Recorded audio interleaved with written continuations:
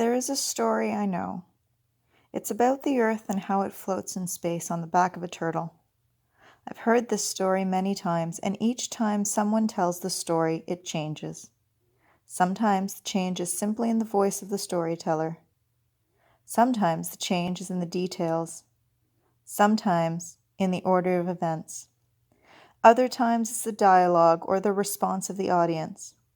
But in all the tellings of all the tellers, the world never leaves the turtle's back, and the turtle never swims away.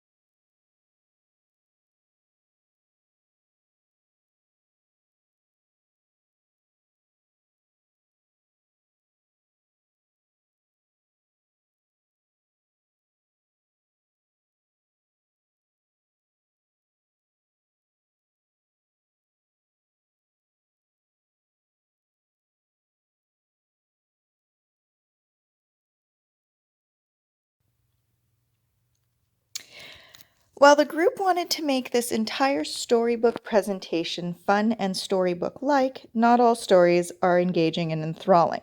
So here is some of the drier material, but what we must cover in order to explain the roots and the methodology of narrative inquiry. So first off, to look at the roots. These have takings from Merriam and Tisdale 2016, Jonasson and Hernandez Serrano 2002, Reisman and Speedy 2007, as well as Connolly and Clendenin 2006. The oldest and most natural form of sense-making is that of stories or narratives. Narrative research has roots dating back to the late 19th century and was a significant way to explain the truth in clinical psychology and sociology. The literature on narrative research may have conflicting views on the origin of narrative inquiry and its definition.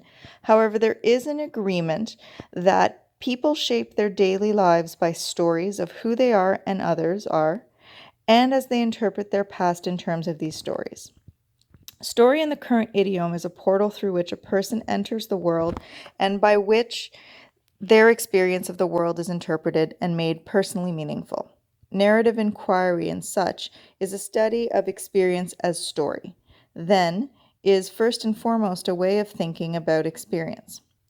Narrative inquiry as a methodology is to adopt a particular view of experience as phenomenon under study. Ultimately, narrative inquiry is an umbrella term, and it captures personal experiences over time, takes account of the relationship between individual experience and cultural context.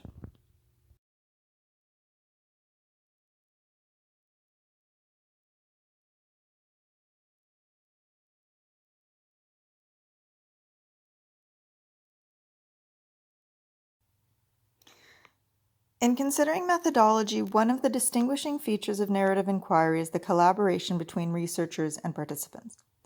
This is meant to understand and inquire into experiences, and these experiences are then analyzed in three dimensions: time, when an experience takes place; sociality, how the experience involves the self or other people; and place, where the experience occurs. Throughout the research process, these dimensions, which are called commonplaces, are used when undertaking narrative inquiry as a way to explore the complexity of people's lived experiences. Field texts are created as a result of co-inquiry between participants and researchers as they examine the participants' lived experiences. These field texts can assume a variety of different forms, including transcriptions of interviews, field notes, documents, and journal entries. Interim research texts can be created when the participant and the researchers review and interpret the field texts. These interpretations are often shared and discussed with the participants to gain more insight into how they view their experiences.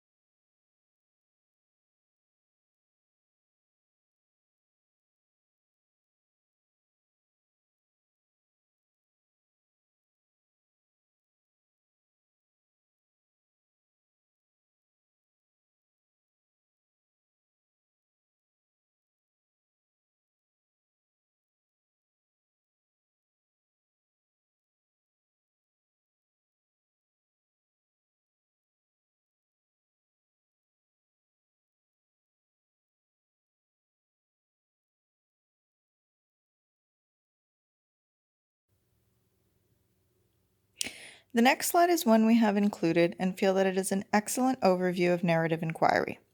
In this, Flaherty and Overton consider this qualitative process through a facilitation of learning and a facilitation of research. As well, it allows you to look at the epistemological and the ontological underpinnings of narrative inquiry and see a bit how narrative inquiry can be used in action. Enjoy!